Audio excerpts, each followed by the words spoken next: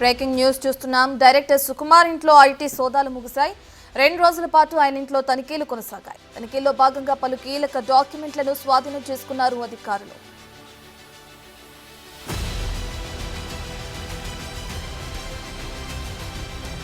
ఇక దిల్ రాజు తల్లికి అనారోగ్యంగా ఉండటంతో హాస్పిటల్కు తీసుకెళ్లారు. ఐటీ శాఖకు చెందిన వాహనంలో ఓ మహిళా అధికారి సమక్షంలో ఆమెను తరలించారు.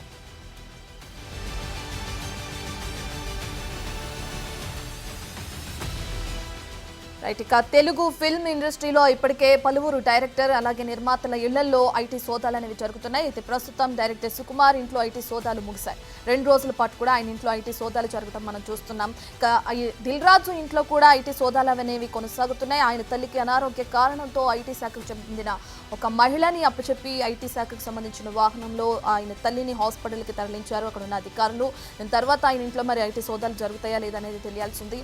అయితే ఇప్పటికే పుష్ప 2 సినిమాకి సంబంధించి కూడా భారీ ఎత్తున వసూళ్లనేవి వచ్చాయి, కలెక్షన్స్ అనేవి వచ్చాయని చిత్ర యూనిట్ ప్రకటించిన నేపథ్యంలో కూడా దానికి సంబంధించి కూడా సుకుమార్ ఇంట్లో ఐటీ సోదాలు అనేవి కొనసాగటం మనం చూస్తున్నాం. అయితే ఇప్పటికీ 3 రోజుల నుంచి ఐటీ సోదాలు అనేవి కొనసాగుతున్నాయి దర్శక నిర్మాతల ఇళ్లలో.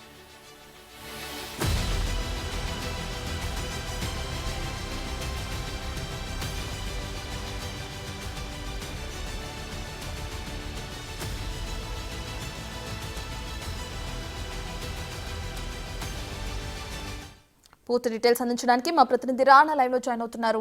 రైట్ రానా, ఐటీ సోదాలు మనం చూస్తున్నాం, సుకుమార్ ఇంట్లో ముగిశాయి. అయితే ఇక దిల్ రాజు తల్లి అనారోగ్య కారణంగా ఆవిడని హాస్పిటల్కి తీసుకెళ్లారంటున్నారు. డీటెయిల్స్ ఎలా ఉన్నాయి?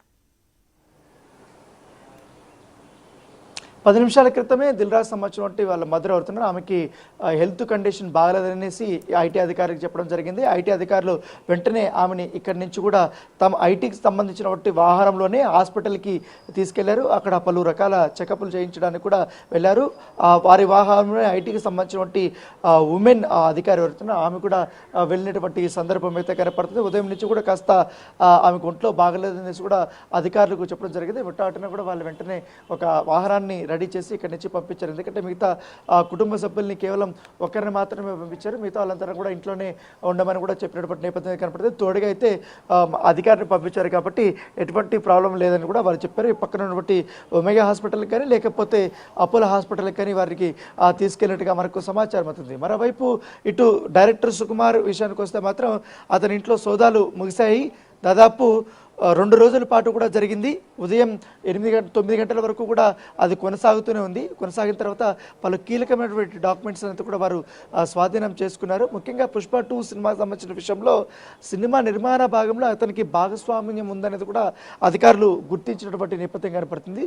సో ఈ నేపథ్యంలో దానికి సంబంధించిన అన్ని డాక్యుమెంట్స్ కూడా అడిగారు. ఎందుకంటే ఆయన కేవలం రెమ్యునరేషన్మే కాకుండా లాభాల్లో కూడా వాటాలు తీసుకున్నట్టుగా మనకు సమాచారం అవుతుంది. కాబట్టి దాన్ని కూడా మొత్తం డాక్యుమెంట్స్ అన్న అడిగినట్టుగా సమాచారం అవుతుంది.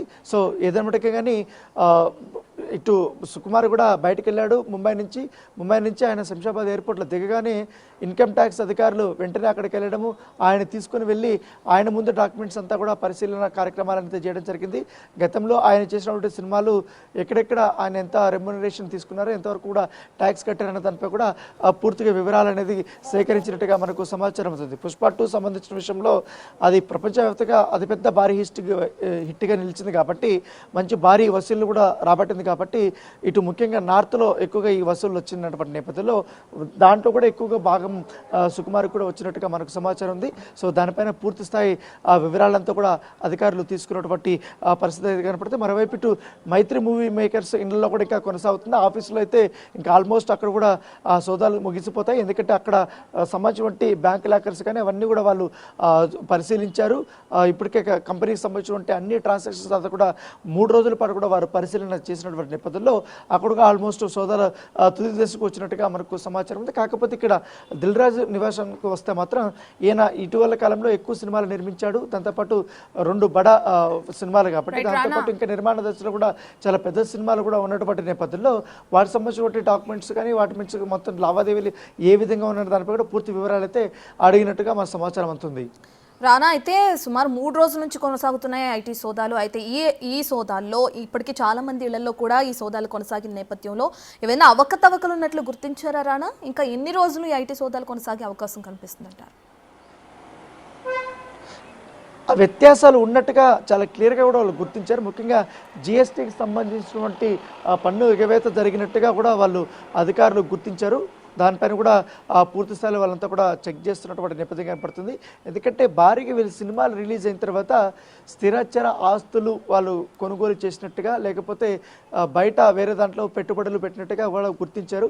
వాటికి సంబంధించినటువంటి డాక్యుమెంట్స్ కానీ అవన్నీ కూడా ఇప్పటికే అధికారులు వారు పరిశీలన చేస్తున్నట్టుగా మనకు సమాచారం అవుతుంది. ఇండస్ట్రీలో దాదాపు 10 నుంచి 15 మంది కూడా టార్గెట్ చేశారు. కాబట్టి వాళ్ళ ఇళ్లలో కానీ ఆఫీసులో అన్నింటిలో కూడా ఏకతాటిగా కూడా వాళ్ళు మొత్తం ఈ యొక్క తనిఖీలు అనేది చేస్తూనే ఉన్నారు.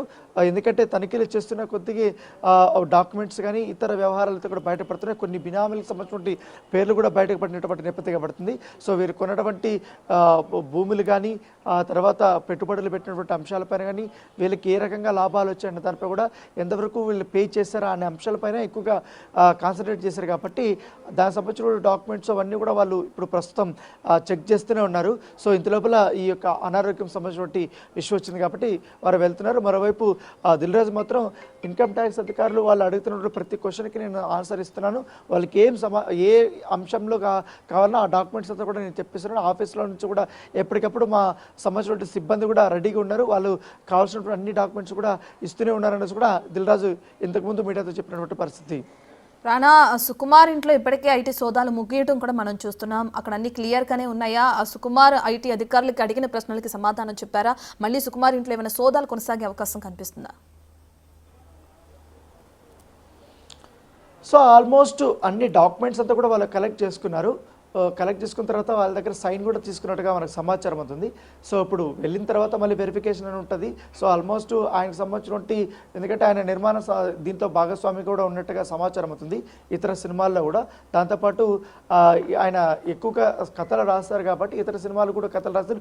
వాటికి సంబంధించిన రెమ్యునరేషను అలాగే ఇతర వ్యవహారాలు కూడా చాలా ఉన్నటువంటి నేపథ్యంలో ఎక్కువ ప్లేసెస్లో కూడా ఆయన ఆస్తులు కొనుగోలు చేసినట్టుగా మనకు సమాచారం అవుతుంది. సో పెట్టుబడులు పెట్టినట్టుగా సమాచారం అవుతుంది. కాబట్టి వాటి మీద ఎక్కువగా వివరాలు రాబట్టినట్టుగా తెలిసింది. వాటికి సంబంధించిన అన్ని పత్రాలను కూడా అధికారులు స్వాధీనం చేసుకుని వారు వెళ్ళారు. పరిశీలన చేసిన తర్వాత ఒకవేళ ఆల్రెడీ వ్యత్యాసం జరిగింది కాబట్టి వ్యత్యాసం చూసిన తర్వాత వీరిపైన ఎంతవరకు కూడా ఫైన్ వేస్తారా ఏంటనేది కూడా వేచి చూడాల్సిన అవసరం ఉంది. Right, thank you Rana. Right, ఇక టాలీవుడ్లో ఇప్పటికే పలువురు దర్శక నిర్మాతల ఇళ్లలో ఐటీ అధికారుల సోదాలు అనేవి కొనసాగుతున్నాయి. అయితే ప్రస్తుతం సుకుమార్ ఇంట్లో సోదాలు ముగిసినాయి. దిల్రాజు తల్లి అనారోగ్య కారణంగా ఇప్పుడు ఆవిడని హాస్పిటల్కి తీసుకెళ్లారు. తర్వాత ఐటీ సోదాలు జరిగే అవకాశం కనిపిస్తుంది.